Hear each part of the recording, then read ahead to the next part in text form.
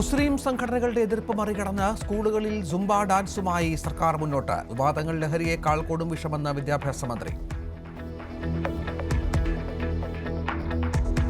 ഇത്തരം എതിർപ്പുകൾ ലഹരിയേക്കാൾ മാരകമായ വിഷം സമൂഹത്തിൽ കലർത്തുകയും വിദ്യാഭ്യാസ മേഖലയെ മെച്ചപ്പെടുത്തുന്നതിന് പകരം വർഗീയതയ്ക്കും വിഭാഗീയതയ്ക്കും വളം നൽകുകയും ചെയ്യും.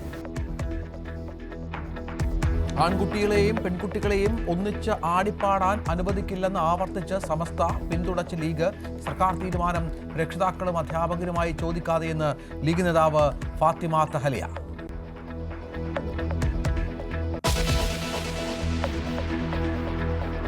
ഹാപ്പി എന്ന് പറയുമ്പോഴും ഇടതുമുന്നണിയിൽ സമ്മർദ്ദം ശക്തമാക്കി കേരള കോൺഗ്രസ് മാണി ഗ്രൂപ്പ്. തദ്ദേശ തെരഞ്ഞെടുപ്പിൽ കൂടുതൽ seat ചോദിക്കുമെന്ന് Stephen George news 18നോട്. UDF ക്ഷണം മുൻനിർത്തി ലക്ഷ്യങ്ങൾ നേടാൻ ജോസ് കെ മാണിയുടെ തന്ത്രം. കേരള കോൺഗ്രസുകളുടെ ലയനം അജണ്ടയിൽ ഇല്ലെന്ന് മോൻസ് ജോസഫ്.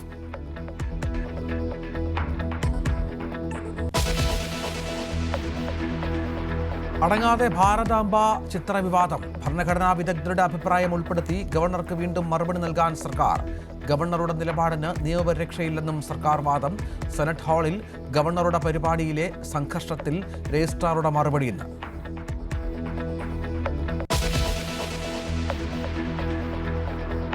ജലനിരപ്പ് 136 അടിയായാൽ മുല്ലപ്പെരിയാർ സ്പിൽവേ തുറക്കുമെന്ന് തമിഴ്നാട്. നിലവിൽ 135.65 അടി. തമിഴ്നാട് കൊണ്ടുപോകുന്ന വെള്ളത്തിന്റെ അളവ് കൂട്ടി 3220 ആളുകളെ മാറ്റിപ്പാർപ്പിച്ചു.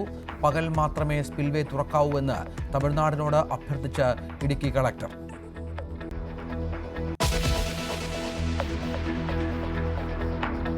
സിന്ധു നദീജല കരാറിൽ നിലപാടിൽ മാറ്റമില്ലെന്ന് ഇന്ത്യ.